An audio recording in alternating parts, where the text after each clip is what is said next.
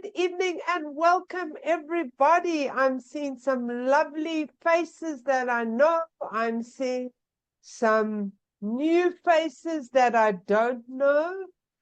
Seen some faces from Tuesday night. Some people are going to start talking about us having an affair because you on Zoom with Cindy again tonight. But really, it's lovely, lovely to see you all.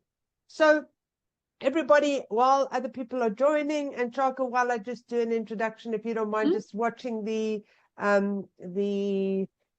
what do you call that? The waiting room. That's it. So everybody, a guide to thriving as an empath as a highly sensitive person. Oh my goodness. We often as children didn't know why, how, or why. But tonight, Chaka, a dynamic and passionate guide in the world of healing and self-discovery with over 15 years of experience as a psychic, a tarot reader, a yoga teacher, a Reiki master, a holistic masseur. Chaka is going to bring us a wealth of knowledge and a unique perspective from her point of view. Chaka's been a student at the school since 2021 and has recently been tutoring on our foundation in psychic development. But Chaka was talking to me the other day and just saying to me, you know, Cindy, the real gift that I've had from my spiritual journey is the gift of being aware that I'm a highly sensitive person. The gift of being an empath. And I just said, wow, wouldn't you like to share that with the community? And maybe, you know, we do energy management, but just taking it from a slightly different perspective of this highly, highly sensitive person. And she's going to take you through various things tonight, which I'm sure if you're here tonight, you're going to identify with. You're going to go, oh, that's me. I can relate to that. And then also maybe give us a few tools that we can use to do that, to how to handle it, how to live our best lives. So, yeah, that's what tonight is all about. So, Chaka, welcome. And if you could just put up the slides of what we're going to go through tonight, and I'll just introduce those. Okay, so slideshow, there we go, perfect. So navigating the world as an empath or a highly sensitive person. So the format and housekeeping for tonight will be as follows. We're busy doing introductions and Chaka will introduce herself to you in a minute. We're going to do a beautiful grounding meditation to start with. She's going to do what is the main talk or the master class. We'll then just do a little meditation. We will then do questions and answers and closing. So before we even start, what I'd like to just introduce you to is Chaka is going to be doing a course, which we will talk about around this later on. But just so that you guys are aware, we have got a special on, and if you want to do this course, I suggest you book before Friday. There's no have to. You're going to get a lot out of tonight, but just to put it out there at the beginning of the masterclass, so you have the information. You will also receive this information later when you get the recording tomorrow. So, but you haven't got long to make a decision. So I'm just going to pop that in the chat. And Chaka, I'm going to hand over to you, but I know I'm going to butt in a lot tonight because this is also very close to my heart. Just saying, be prepared. Okay. No, you go ahead and butt in as you need, Cindy. That's fine. Thank you so much for that introduction. And just to say welcome, everyone. Welcome in. Thank you for joining this evening. Well, it's this afternoon, actually. So wherever you are in the world, welcome in and thanks for joining.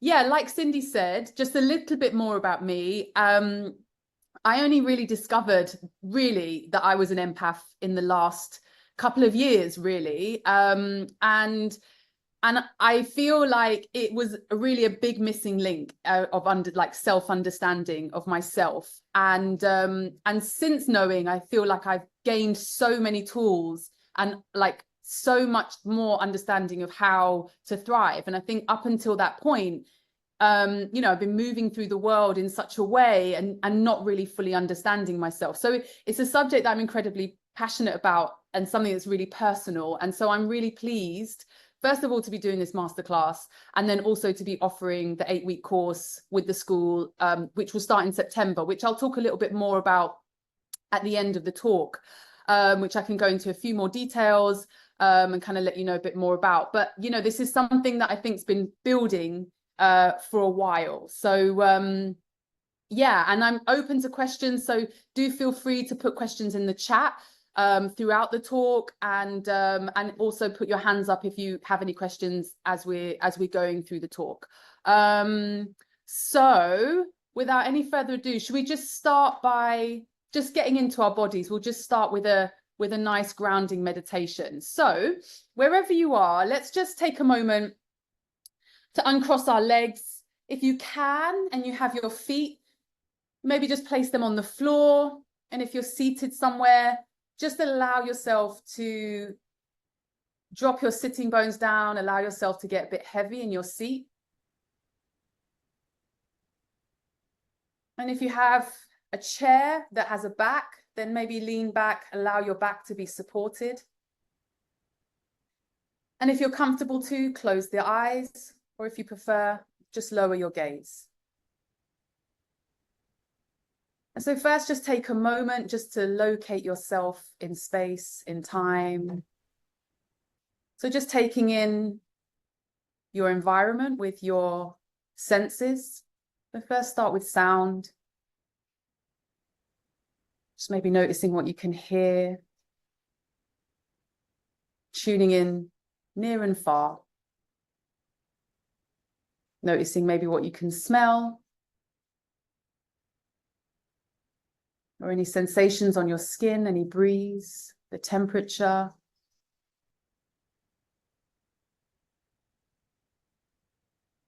Just observing, noticing, taking it in.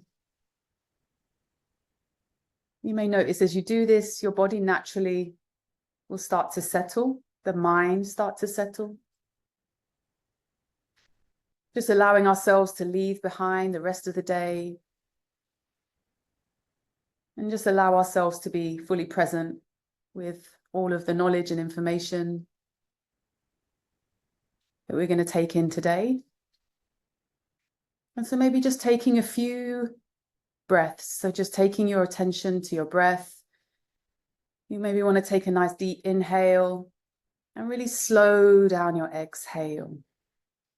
And again, just letting the shoulders drop, letting the hips ground, and again, just allowing yourself to arrive into your body, into this moment, into this session.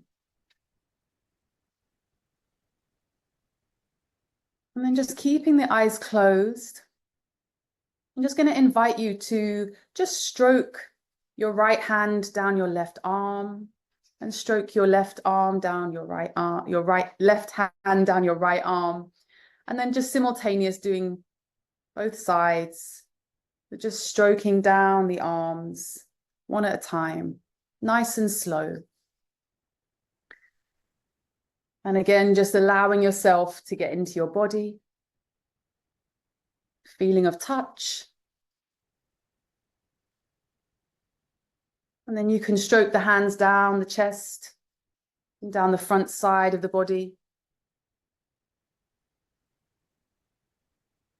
And just again, allowing yourself to ground and settle, staying with that centered breath. And then you can just move down the legs. So you don't have to go all the way down to the feet, but maybe just stroking down the thighs.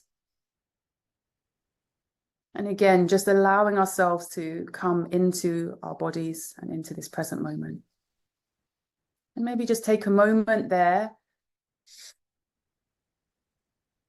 and just notice anything, holding all that's present for you in this moment with compassion, and non-judgment.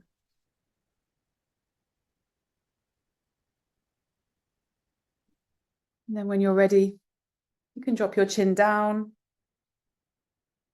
and then open your eyes, raise your head, and bring your attention back into the space, and then we'll begin.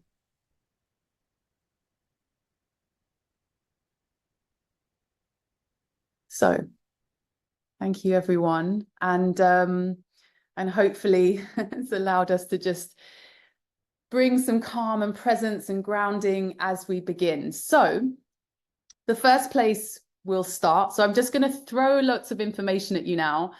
And like I said, do feel free to ask questions as we go along. So first things first, where we start. What is an empath?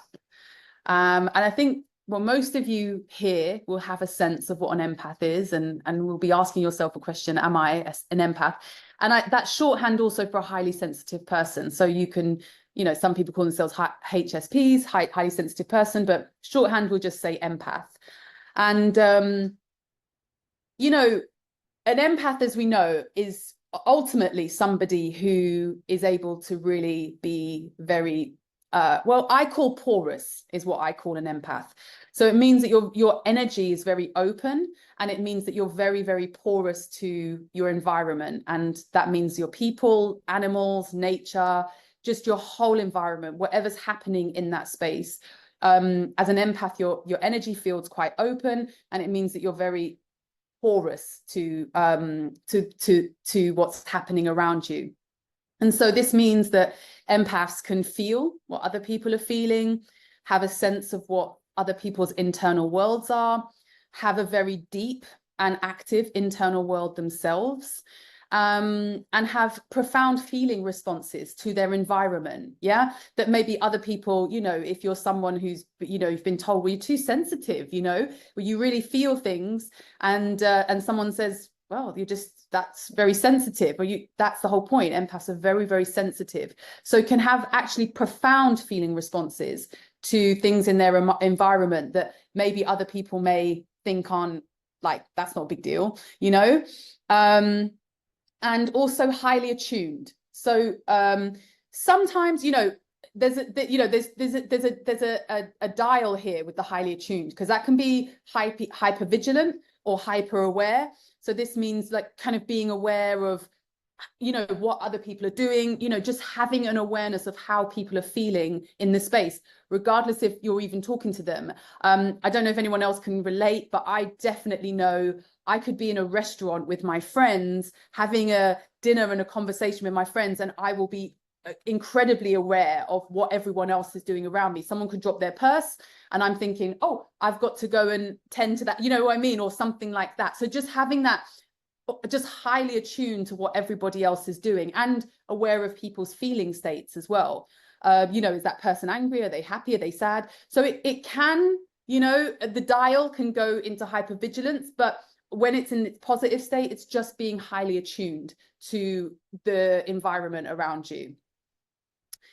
And also, actually, I haven't put it here, and but it will be in the course. There are different kinds of empaths. So there's different kinds of empaths who have different senses, and who generally have there's slightly different angles on that as well. So some empaths are more attuned emotionally. Some empaths are more attuned to animals. Some empaths are more attuned spiritually. So maybe like more spiritual gifts, i.e. more psychic. Others maybe more emotional, i.e., you know, maybe more about, you know, working in kind of therapy, like as therapists, for example, and et cetera, et cetera. So there's slightly different, you know, some empaths will kind of have maybe a kind of, what would you say, like a kind of specialist, a kind of specialist gift. So yeah. So what does that mean? You know, what does that mean? It means that empaths ultimately move around in the world in a way that I call porous, like I said. They're constantly absorbing what's around them, whether they're aware of that or not. And there's an automatic attunement and sensitivity to other people, animals, and places.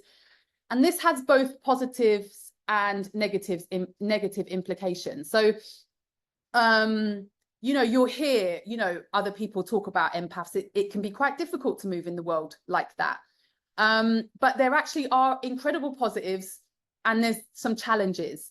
And so I have come to the conclusion that once there's that awareness of where are your challenges and where are the positives, then you can start to be more proactive about, you know, how you're showing up in the world, how to look after yourself and your well-being, etc. So let's look at the challenges first. So first thing is to get this out the way. And I think, you know, often, and I would be really interested with everybody here, if any of you have had these experiences, please do share them in the chat. I know Cindy's looking at the chat. So yeah, please do feel free to share if any of this resonates. So, you know, when we talk about, first of all, you know, taking on the thoughts and energy and mannerisms of other people, you know, this can be a good thing, but it can also be incredibly challenging if those mannerisms and thoughts and energies are negative. So, you know, it means that, you know, if there are negative things happening around you, regardless of whether they are personally affecting you, empaths can take that on. So that means, you know, even if you watch a film and there's violence, that could affect you. You know, watching the news, that could affect you. If somebody else around you is in distress, that can affect you, you know? What's that? Oh, was that Cindy? Telephone. Oh, yes. Yeah. Electromagnetic. Oh, wow. It's a cool phone, that is. Yeah, so it's, you know, really being, you know, you got to be aware that when you're taking that in, when you're open and so porous, it means you're open for the good and also the bad. Yeah. Another really important thing to know is a challenge is for empaths the inability to locate what's theirs and what's others. So it's knowing what belongs to you, what's your own stuff, because we all carry our own stuff. You know, we all have our own personal, you know, things that we carry. And the challenge for empaths is knowing what's theirs and then actually what belongs to other people and what they've absorbed. So this can be incredibly challenging. This is one of the key tools, and we will look at this a bit more when we look at key tools. That's a very key thing to master if you want to thrive as an empath, yeah, is knowing what's yours, because then you can hold what's others, but also with the knowledge that it's not yours, and then you have the power to give that back, or give that back where you need to, yeah, and not hold that and carry that, because that's where it can get very heavy for empaths, yeah. And this relates to the second or the third in this, which is, you know, low social battery. So you'll often hear people talk about empaths, you know, crowds are not so good. That can be true. It's not always true. It can be true, but it's more just generally around social busyness. So can often feel drained in the company of others. And again, because you're taking on people's energy without realizing, so it doesn't matter. And constantly being hyper aware and hyper vigilant is, you know, that is that's holding a lot of energy within yourself.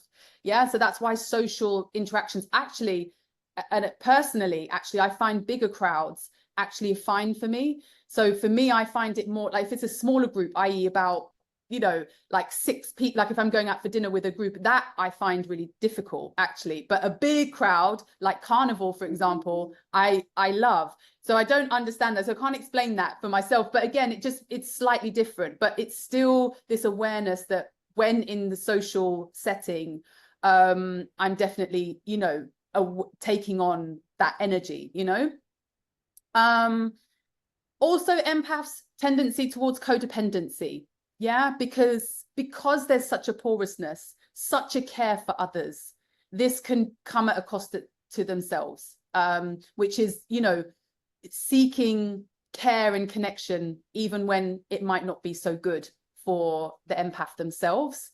So sometimes this can lead into codependent relationships, which, you know, segues us nicely into the next challenge, which is difficulty in setting boundaries. Again, when we look at, you know, how to thrive, this is massive. for an empath. Because again, when your energy is so open, you know, it's so porous, there's so much energy coming and going in your auric field. You have to learn how to set that boundary, how to set that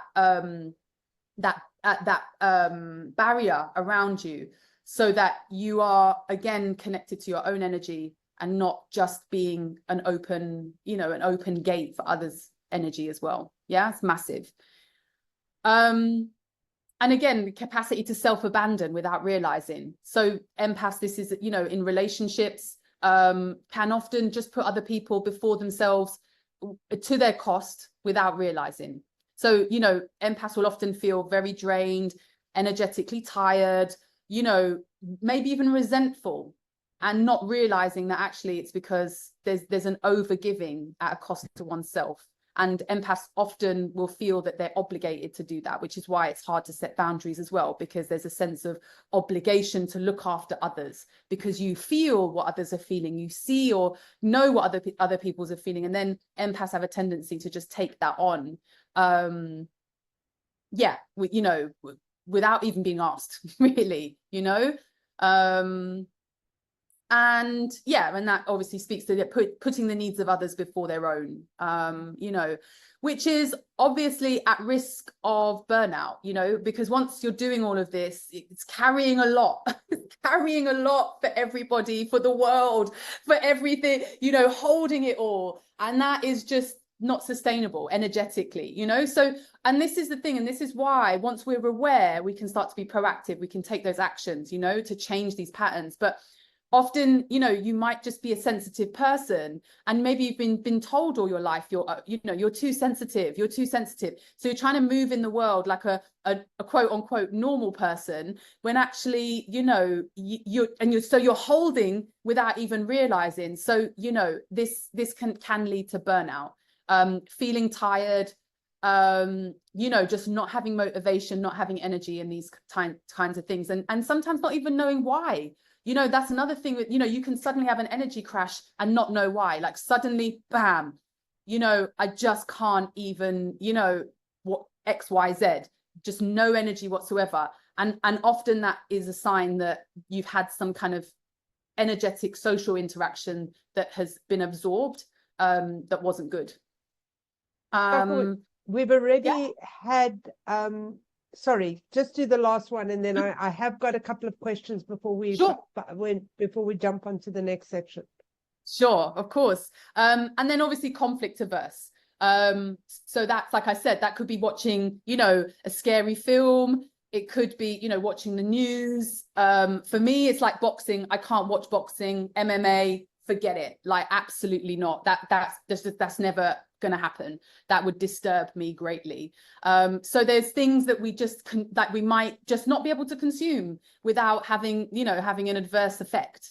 So yeah, just being mindful of that. And yeah, jump in with those questions, Cindy, please. So what a really good question is an empath born that way, or can it be created by circumstance? Yeah, that's a really good question. I am inclined to think that empaths are born, but invariably will have life experiences that will then continue to shape that reality. So no, I don't think empaths are created. I think you can work on your sensitivity. I think people, you know, we can become more sensitive and more aware, more attuned to others and our environments. But I think ultimately, yeah, often I think it's something that you're born with. Yeah.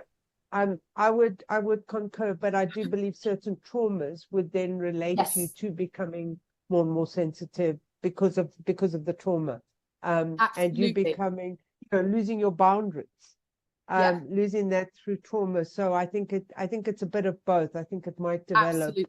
And maybe that's where we talk about the difference between an empath and a highly sensitive person, because maybe a highly sensitive person has gone on a journey to become highly sensitive, whereas I think empaths are generally like born. And I think you're right, because actually, and I will talk about that a little bit more when we talk about like tools for thriving, which is the relationship between being highly sensitive and trauma, because there definitely is a relationship there as well.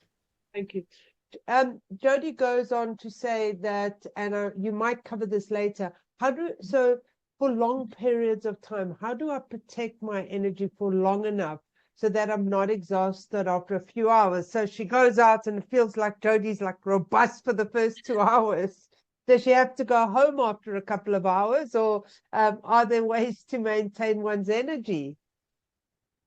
Yeah, this is a really good question. I mean, it depends what it is, right? Because if it's a social activity, then you have a little bit more control. You know, if you've got your friends and you say, hey, I'm coming out for 2 hours, that's it. I'm in bed by night. You know, you've got a bit more control. If this is work and, you know, you've got to be at work all day, there's less of a choice around that. So I think that depends what the thing is, what the activity is, and the obligation to do the activity. I'm generally of the mind that you want to be able to take full control of your day, your schedule, your life.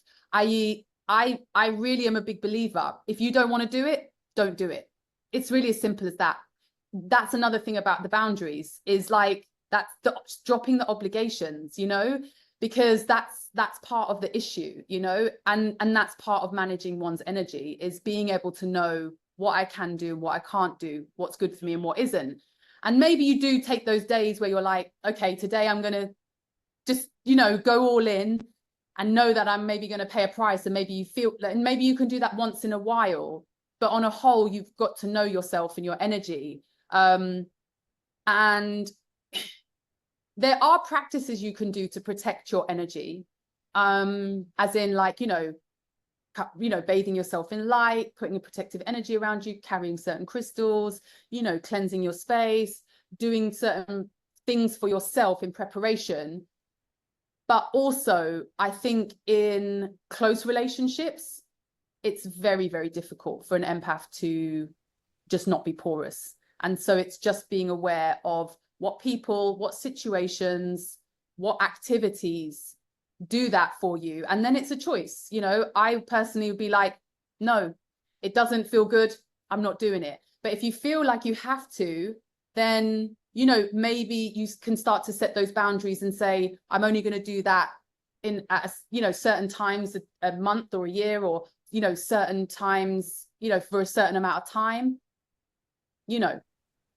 So yeah, Shaka, we have someone who works in a hospital, and Lorraine talks about she feels drained a lot of the time because she's giving in herself. She's in a caregiver situation, and she can feel so much about the people she's dealing with, which means she can relate to all those categories, but she's learning to be boundary to do that. And I'm not sure if you want to comment, because there are people whose basic needs are met by doing service jobs, because I think what's really interesting about this conversation is often empaths are really good at serving others because they know what they're feeling. They know how to anticipate people's needs.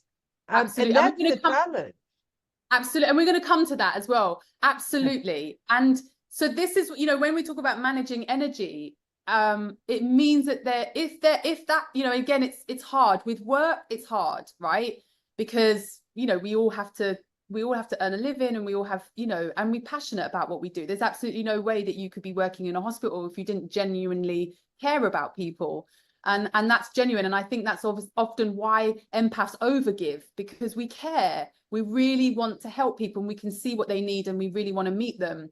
And so for me, intuitively, I feel like, Lorraine, I feel like maybe it's actually not so much the work, but it's actually that outside of work, are we doing enough to fill our own cup? Is there things that we're doing when we're not at work actually that can feed our energy and pour into us? And I feel like it's doing more of that, so that you're building that muscle and that capacity, because I feel the sense that I feel like there's a desire to do this. I think you get a lot from that, but actually I think it's more just a case that there's an imbalance of giving and not receiving. And I think maybe if you get that balance, then I think you could come back into enjoyment in that place of that giving comes from that place. Which I feel is like close to your heart and your purpose. Yeah. Chuck, I've got one more example. I was just thinking about the challenges of an empath. So when your love relationship is going well, there's this beautiful expansion. But when your love relationship starts getting a bit ropey or a bit difficult or a bit challenging, you know, because this is someone who you allow into your intimate space and whatever. And so then the exchange can become quite challenging, and how you protect that energy. It's an observation. You don't need to, you know, we don't need to dive into it, but I think it's something one needs to be aware of if you are an empath or a highly sensitive person. I mean, I would say this is generally around any close relationships. You know, that could be family, good friends, lovers, partners, you know, spouses. This is what, you know, and it's impossible. Like, I think actually, you know, I've come to the conclusion that actually it's impossible actually to stop yourself, because that's part of what makes you care about people, right? Is you are open, you do care. So I'm of the opinion that you take the hit there, you know, that's part of where you build your resilience around having the capacity for feeling hurt, is what I want to say. Because I think people hurt us unintentionally. There's people that hurt us intentionally. That's where we need to set boundaries. And then there's people that hurt us unintentionally because we're highly sensitive. And I think that's just where we also need to build resilience. You know, and close relationships and boundaries and understanding, because there are some relationships that are not healthy for us. And, you know, we do need to be very, you know, disciplined about that and what's good for us and what isn't. And then there are just normal relational dynamics that are part of life, and it's give and take.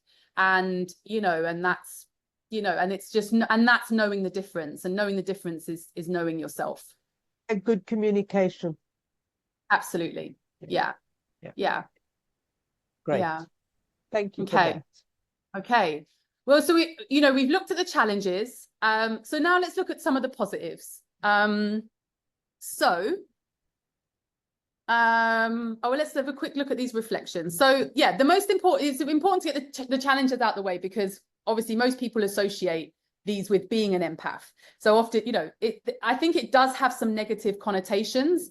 And I think the reason why I wanted to do this masterclass was to say, actually, no, this is about taking your power back. Just because empaths are highly sensitive, it doesn't mean that you're weak or you're powerless. Actually, it's actually, no, yes, we have these are the challenges, but actually there's ways to manage yourself. And so, you know, that's when we can be proactive and start to improve our well-being. And it absolutely does not, just because we face these challenges absolutely does not mean that we cannot thrive. And there are ways to, you know, make sure that these things impact you less. So benefits of being an empath. It's an incredible gift. It's an incredible gift to the world, right? You know, you are able to hold such deep amount of feeling for yourself, for your own world, and then for others. This is a beautiful, beautiful thing in the world, right? So, you know, it means to be in touch with life and existence in meaningful and profound ways. You know, I think the issue in this moment, in this paradigm, we call it the industrial postmodern paradigm, whatever you want to call it, is that, you know, empaths have always existed, but I think in this current paradigm as it is, what the gifts that the empaths brings to the world are little, you know, are little honored or received or valued, you know. And so I think this is also part of the challenge of an empath, right? Because not only are you feeling very sensitive and porous, but then also this can feed into feelings of loneliness around this idea that I should be able to spend 5 hours with my family on a Sunday after and not come back feeling utterly drained. You know, I should be able to do that thing and do it over and over and over again without, you know, and it's like, well, no, you know, but sometimes for empaths, it's like, well, no, we can't do that, you know. And actually, when we start to understand that and then hone our gifts, well, then our gifts become more profound and powerful in the world. And And so I think this paradigm, obviously, you know, it valors many things that are very antithetical to being an empath, to sensitivity, to care, you know. So I think this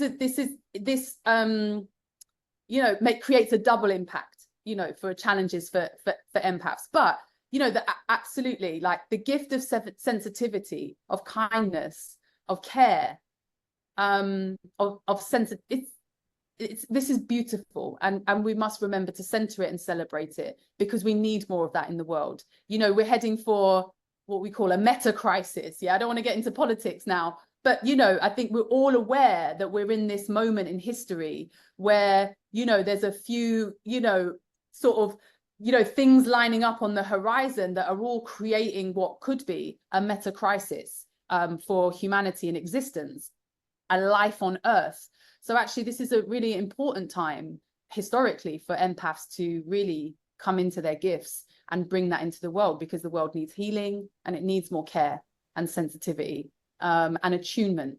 You know, this is very needed.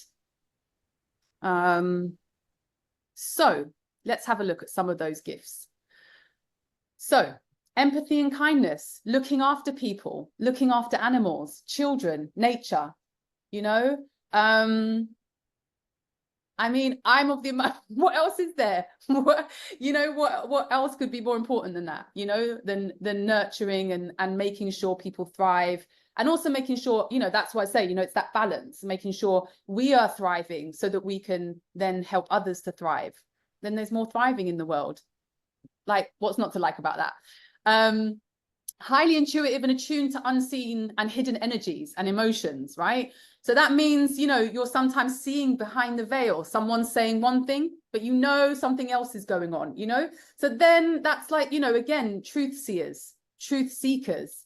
So we're able to see through, you know, a lot of nonsense sometimes, you know, when we're not projecting anyway. Psychics. So I'm sure there's a lot of psychics and healers. After all, we're doing this with the School of Intuition and Healing. So, you know, again, natural healers, natural psychics, natural, you know, clairvoyants, visionaries, good listeners, space holders. You know, shout out to all the therapists, the counselors, even those who are not counselors and therapists, but who people just will tell you their whole life story within 5 minutes. They're like, yeah, I'm going to tell you everything about me. And it's just, you know, because you're holding that energy that says, I'm not a judgmental, I'm a kind person, and I can hold that. I can hold your story. And sometimes, you know, they say, that's that saying, I can't remember who said it, that you know, the feeling of being heard is so close to being loved. Most people don't know the difference, that being heard, being seen is actually what makes people feel that's healing in and of itself, you know, when you're able to hold people's stories for them, and they get to feel witnessed and seen. It's you know, this is a gift. Understanding on others on a deeper level, you know, when you see that child doing that thing and someone else is calling it naughty, but you can see that actually what they need is just a little bit of attention, or maybe some words that they need to be spoken into them to help them actually blossom, you know. So again, just seeing behind the reasons why people do things. Again, this can come into negative when you are dealing with people who are very wounded, and empaths can be overly sympathetic with people that are wounded and who are creating harm. Yeah, so this is where we have to find the boundary, and, you know, find that balance between compassion and boundaries. And actually, on that note, sorry to go off on a tangent, but it was found, there was some research done, I don't know, I can't remember where this was, but it was some research done on people who are compassionate. And it was actually found that the people that were the most compassionate were the people that had the strongest boundaries. So, you know, often we think compassion is about just letting everyone do whatever they want. It's, you know, it's not actually, you know, when people are creating harm, we need to create boundaries, but we can still offer them compassion, you know, without co-signing that behavior. Good in nurturing roles, like Lorraine working in hospital or healthcare as a nurse. You know, most of us as empaths will be in some kind of caring role or nurturing role, or, you know, not always, but, you know, generally we lean towards that. Rich inner life. So, you know, lots of journaling, lots of dreaming, lots of imagination, you know, lots of kind of ideas about things and the world, and, you know, even philosophy and things like this, like just a very rich internal world, connection to the natural world. And again, this attunement, you know, I don't know if any of you, but like, I could talk to my plants. My plants would be able to tell me what they want, what they need, what they don't need. And I'd be able to, they'd be like, no, too much water, not enough water, need more light, or whatever. So again, that kind of so even that, you know, we're in an environmental crisis. So, you know, the fact that, you know, we need more people who are attuned to the natural world, who can say, hey, this is what we need in order to heal the earth, and being very attuned and aware of that.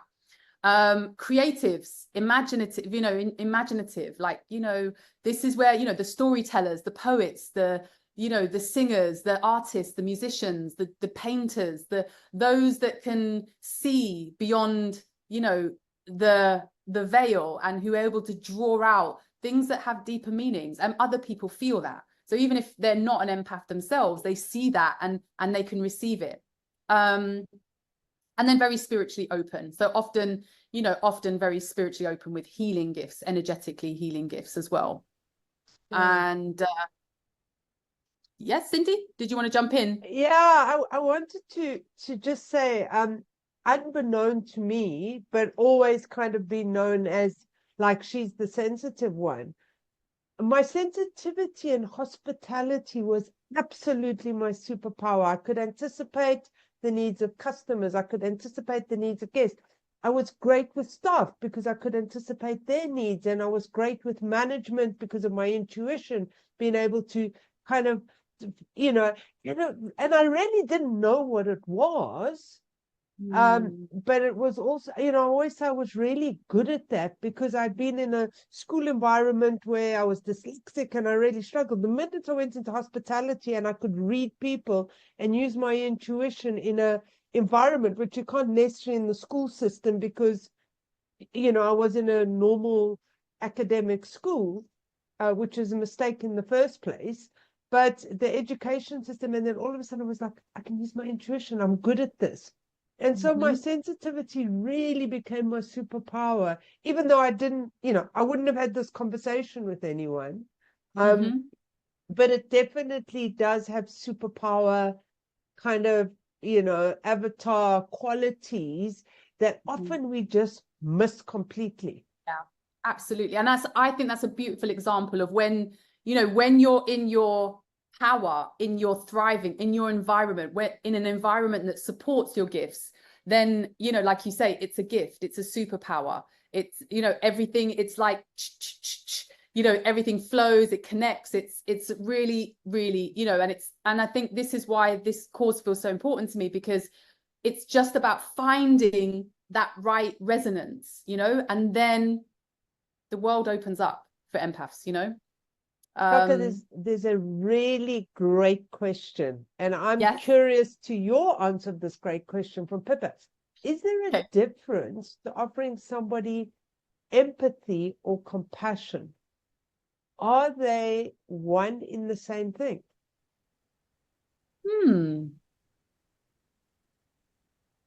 It's a really good question. That's a really good question.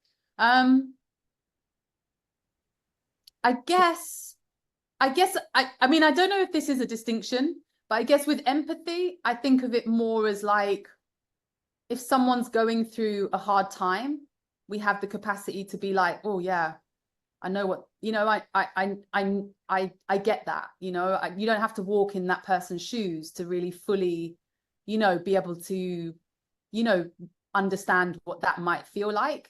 And so I think that's, for me, empathy, whereas compassion feels more broader. It feels like a broader, bigger container that's more around just human reality, existence itself, that there's a kind of, there's a container of compassion that says, hey, we're all just doing our best, you know, and, you know, just gives us a little bit of grace. more generally. I guess that's kind of, maybe if that was if I was going to make the distinction, maybe I would say that.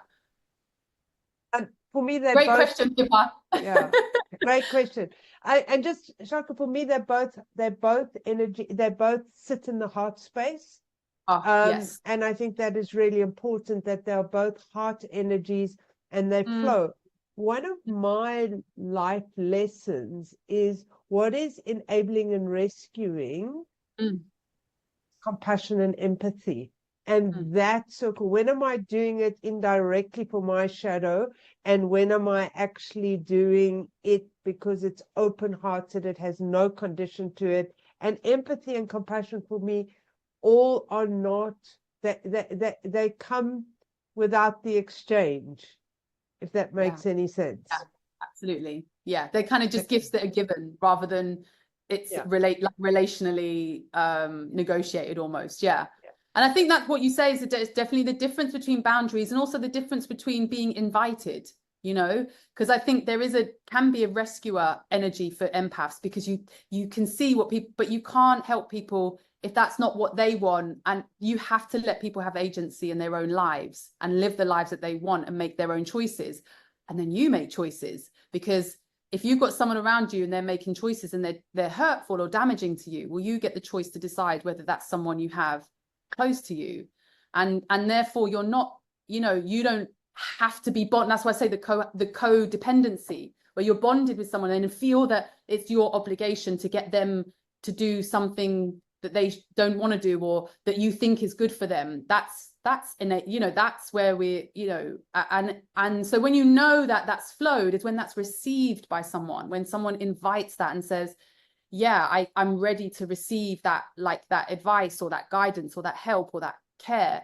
But yeah, and that's another, I mean, we'll cover that in the course, because the empaths can have a tendency to do that, to seek out people that absolutely don't want care, and we want to care for them, because those are the people we think need the most care, and very invariably they often are. But actually that's where part of where the boundaries lie, where we just have to let those people find their way by themselves. And you know, and that's where we can be compassionate from a distance.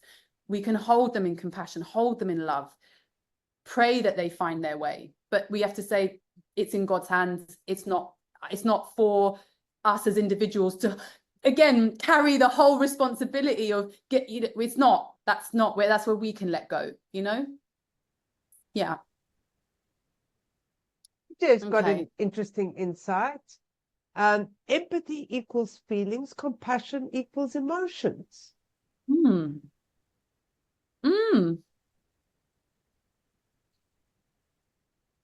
That's a very subtle difference, right? But yeah, I sense it, I feel it. I can't quite explain it, but you know, I feel that.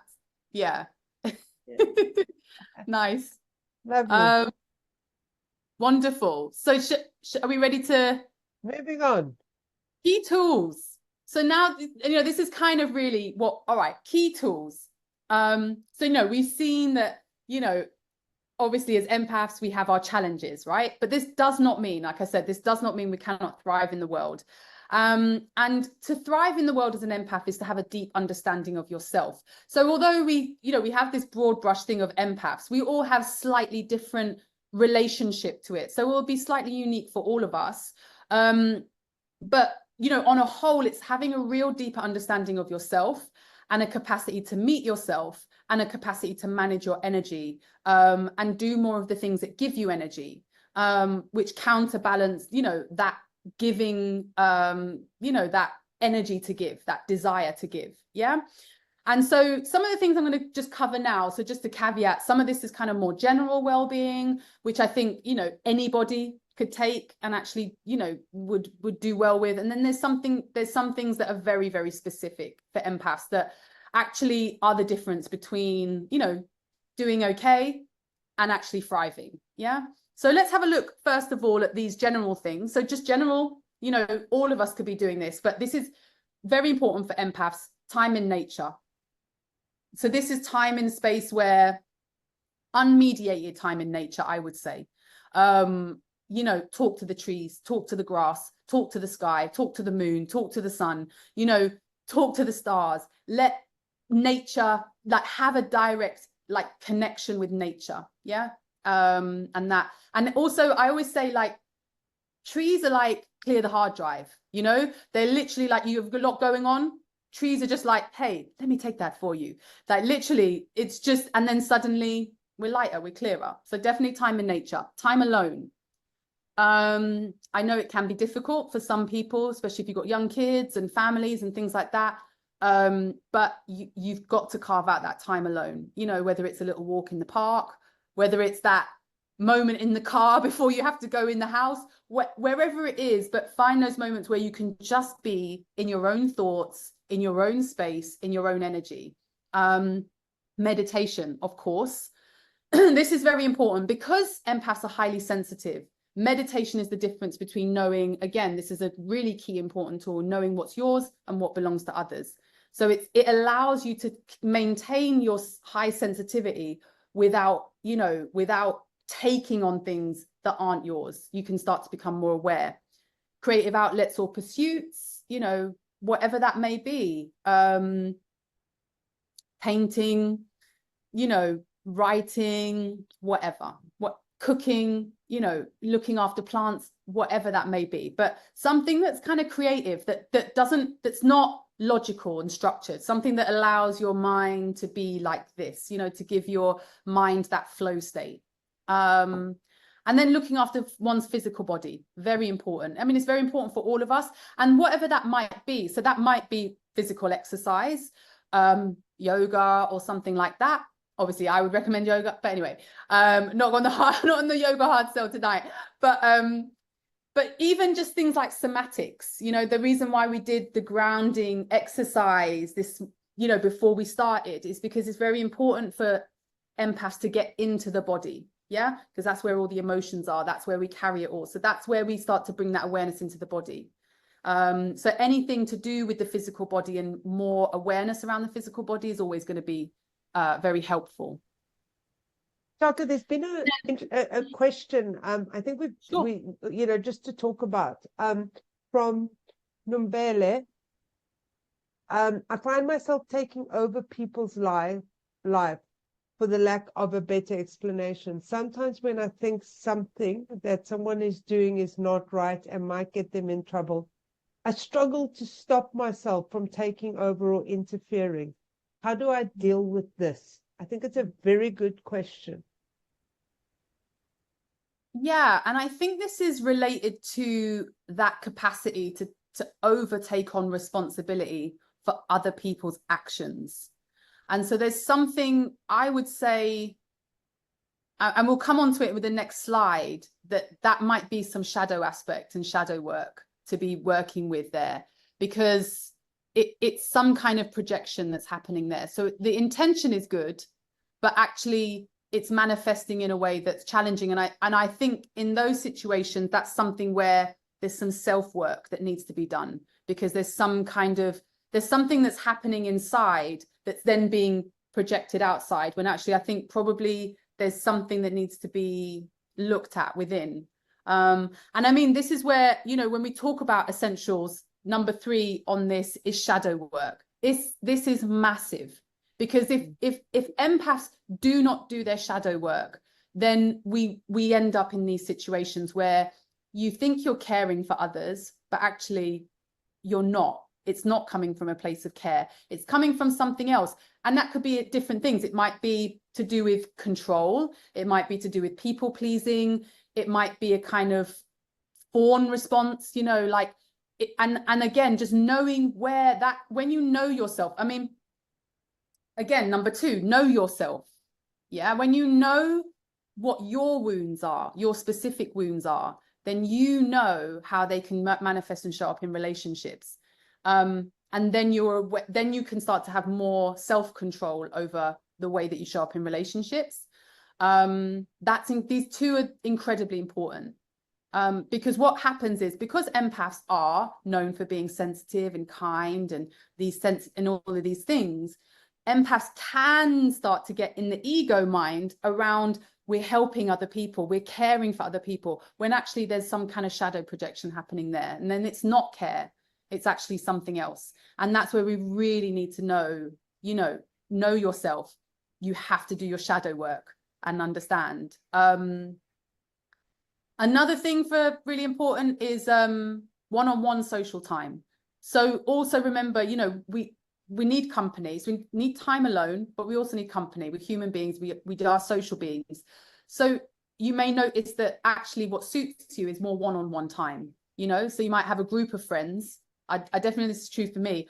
I got a group of friends, but I don't see them all at once. I see them one at a time. So I can only manage, you know, and that for me is beautiful. I just get to be really intimate and deep and juicy with someone and just really get into nice conversation, and I get to like listen to them and hold space for them and vice versa. That feels very enriching for me, where rather than having, you know, frenetic conversations with many people which don't go deep, because I'm a deep person. I want to have deep conversations. So I really want to be with somebody, you know. So I think one-on-one social time is a really nice way to get connection, but without feeling socially overwhelmed, particularly if you find other people that are equally as sensitive and caring. These are beautiful, nurturing, life-giving relationships, very important for empaths as well. Boundaries, I think we've covered this. I think it's pretty self-explanatory. It's really important to protect your energy and know when to say no. And knowing when to say no is part of knowing yourself, the shadow work, you know, knowing what's yours and what's not. And gentle pursuits. So things with low stimulus. So things that, like, again, you know, you'd be told all your life, you're too sensitive, you're too sensitive. And you think to yourself, you know what? I would love nothing more than a bath with candles and lavender, and sit there, you know, with cool, quiet music. Do those things. Do those nice, quiet, gentle things that calms the nervous system. They're good for you. You know, you don't have to do the most all the time. Like, do the things that are gentle. Remind yourself, because empaths generally are naturally very gentle. So again, it helps you get into your own energy that nurtures, pours back into your cup when you're busy pouring into others. And then inner child work, which we kind of touched on when we talked about trauma, you know, because often empaths carry childhood trauma, or trauma in experiences. And again, this is what, you know, often actually trauma has, you know, can be a gift. It's like the wounded healer, right? It's like you have something that's happened to you and that actually helps you help others, you know, when it's looked at. But inner child work particularly, because empaths will often have, you know, some really difficult, challenging, you know, childhood stories. And so part of that healing, you know, it's very difficult to heal others when we're not doing that healing for ourselves. So it's really about speaking to that inner child, that child in you that still thinks they're too sensitive, they, you know, they give too much or not enough, or this, you know, all of the stories that come with, you know, the empath not feeling good enough, or not, you know, whatever that might be. And invariably they'll be found in childhood. And then, you know, so it's re-parenting that child, so that they can show up in the world as a sensitive, but that feels safe, in a way that feels safe, and received. And actually what I didn't put on this list, which I mentioned earlier, was resilience. You know, this is another thing. So, you know, empaths do have to build their capacity to be resilient in the world. Yeah. So there is something around that as well, to broadening that bandwidth for, you know, capacity to feel, you know, all of the feelings, the highs, the lows, the joy, the pain, that just building that muscle and that capacity to feel, because, you know, if you're an empath, you'll be feeling a lot of the time. And so, you know, you've got to find a way to filter and process and manage all of these emotions that are going to be chuddering through the body. And resilience helps you have a stronger and a bigger capacity for that, without, you know, having a crash, without, you know, having these adverse effects with that as well. Okay, there's somebody who I just love this. I'm not sure who iPhone is. Maybe they can give us a name, but the Miracle Morning program includes all of these necessities that can be done every day. 6 things: silence, affirmation, visualization, exercise, reading, I think it's scribing, which is journaling. I do these savers every day. It's like energy drink for the soul. I love that. Yeah, beautiful. And I mean, I think I would definitely put those in the general well-being category. Like, you know, these are things that anybody could do and will really do. You know, these are things that are human, healthy, you know, really get us in touch with, you know, things that matter and that can help us to thrive. But I think there is but there are very specific things for empaths. So yeah, that's beautiful. I like that. Yeah. I love that. And then there's someone else that I think is also really goes succinct with empaths. I find myself being rather defensive rather than over caring, as it often becomes too much. Yeah, so that's where the resentment builds, because what happens is empaths invariably overgive without telling people that they're, you know, and then there's an internal resentment where you're like, actually, you know, that's like, you know, and then someone, you know, then it could snap because someone goes, oh, you didn't do this and that. You think, well, I've done everything, and you've done things that no one's asked for, you know, and then you've overextended yourself, and then there's a kind of sense of like, yeah, resentment. And this is where, that's why it's important to manage one's energy. You know, that's our responsibility. You know, we have to take responsibility for that. Where are we overgiving? Where are we giving to people that don't receive and aren't able to make, you know, who don't want that for themselves, you know? And why are we trying to pour into them when they're not, you know, that we have to ask ourselves those questions. They're difficult because we have to start looking at parts of ourselves, which is, you know, could be really uncomfortable, but that's necessary. Then I think somebody else, Jody, says breath work and learning to sit with one's own emotions also really helps and helps reduce the sensitivity somewhat, which I think is great. Yeah. Absolutely. The capacity to sit with all of the emotions is, yeah, you know, and the difficult ones as well as the, you know, the good ones is, yeah. Your capacity for feeling has to, you have to build that muscle, like you know, the bandwidth for it. Yeah. And that's like almost like training in a gym, you know, training that muscle, you know, just learning to do, you know, work through all the feeling states, all of them. Yeah. And, you know, and that's, you know, it's a personal story. You know, I spent much of my early adult life disassociated, without realizing it, you know, and that's why I say that's, for me, I've noticed like the embodiment, like feeling into my body has been the biggest gift, because it's been given me the capacity to feel what I'm feeling. Because what was happening is I was feeling so much, it was too overwhelming, and my body would just shut off.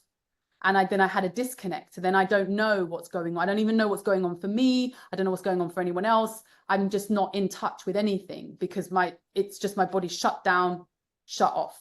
And so that ability to get into the body, feel into the states, feel into it, is then gives more flow. You know, the things come, they go, they come, they go, you know, and I think that's been my journey personally anyway.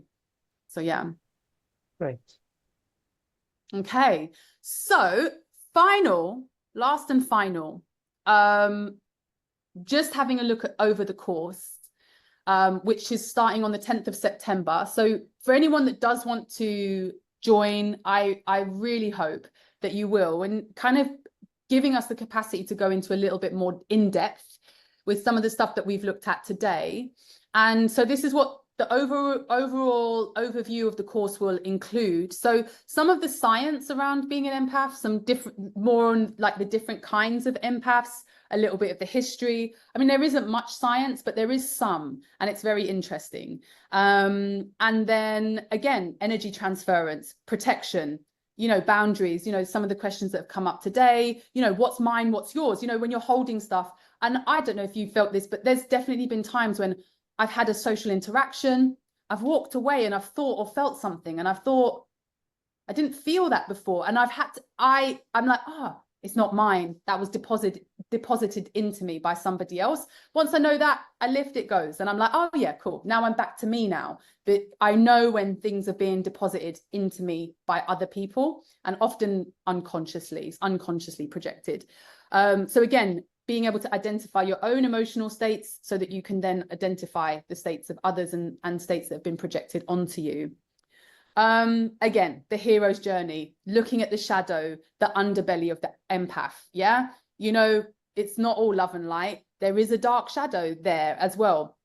But looking at that through the lens of the hero's journey, how do we move through that and come out the other end with the gifts, with the lessons, with the amulets, you know?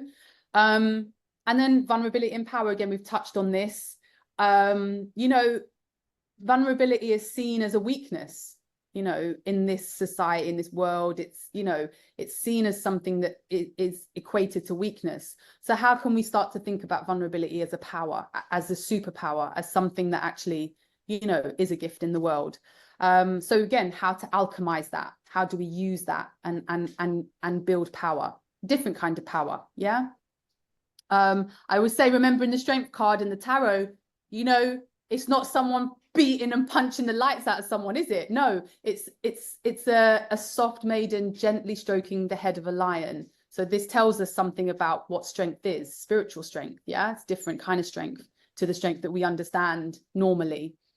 And then mythology, new paradigm. So this is where we do get a little bit, not political, but, you know, where we start to think about stories and mythology and myth, and how we start to understand the world, ourselves, our own stories, our purpose.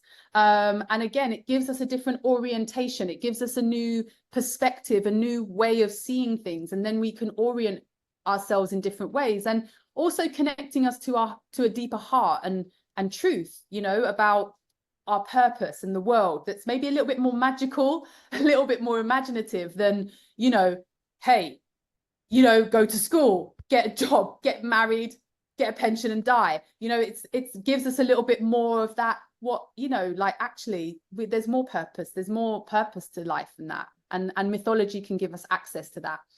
And then archetypes, which is a juicy one, I have to say. Archetypes, you know, both their negatives and their positives. Yeah. So we can start, archetypes can either have us or we can have archetypes. And so again, once we're aware of archetypes, how they start to play in our lives, and again, we can start to take more control. We're not just embodying archetypes unconsciously. We can start to be more conscious about how they're showing up in our lives, and also how dynamics put us in archetypes, you know, because often these are relational dynamics, and then we end up taking up roles, and just having, again, just understanding of that. And then again, that just gives us more awareness and gives us more power. And then too much, not enough, imposter syndrome. You know, empaths, you know, sometimes in relation, never get it right. Not enough, too much, not enough, too much, too sensitive, not enough, you know. And so how can we build more confidence? How can we be more authentic? How can we build our self-esteem, you know, so that we can start to overcome that and show up in the world and not be afraid to show up as ourselves and our true selves. And then last and finally, as most of us know, the empath and the narcissist dynamic, very interesting dynamic. It's, you know, it's sometimes depicted as, you know, the good and the bad. You know, it's not that. They're both sides of the same coin. And actually, if any one of you have had a relationship with, you know, I'm not a fan of labels, but in all intents and purposes, you know, a narcissist, you know, we're not diagnosing people here, but maybe someone who's, maybe we want to say someone who's got narcissistic traits. They have, those relationships actually are the biggest learning ground for empaths. This is where actually you can really earn your stripes, and really come into your power. And actually there's a lot of mirroring that happens in the dynamic between the empath and the narcissist that can actually help an empath to grow. So we'll look a little bit more at that.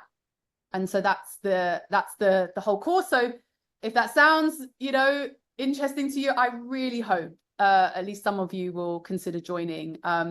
Yeah, because like I said, it's something I'm really passionate about and really excited to share in more detail. Shaka, this has been invaluable information. It's been really good for me, because we bang on about energy management a lot of the time and whatever. This is different.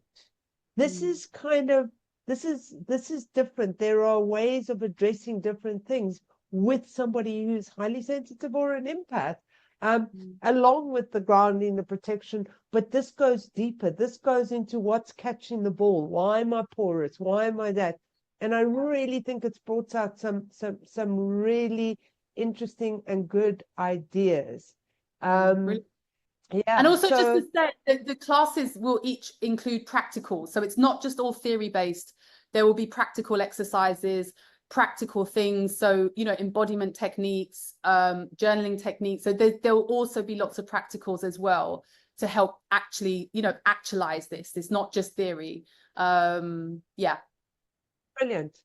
Any more questions? I think if there are no more questions, Shaka, it's been amazing. Thank you so much for sharing your journey, bringing these fascinating new conversations, new inquiries, new ideas around the work we need to do to show up in the world and make our empathy a superpower and really show up in a place where we feel comfortable.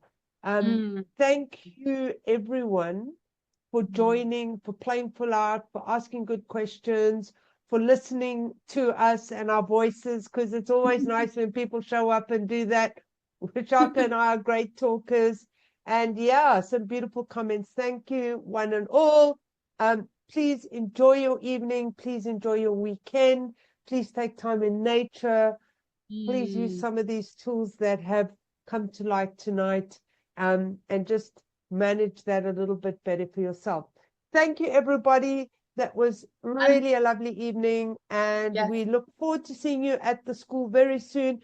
And as I say, reach out to Shaka or reach out to us, and if you want to book, and there will be a recording sent out if you want to go through and make some further notes. Good night, And there's everybody. Also, just to remind everybody, so Cindy, just to remind everyone, there is also the discount. So that's available until midnight tomorrow. So if you do want to book on the course, there's a little deal and a little So it's £15 discount for those who are international and 150 Rand for those who are based in Southern Africa. I think there's somebody there from Zambia, so somebody from Southern Africa.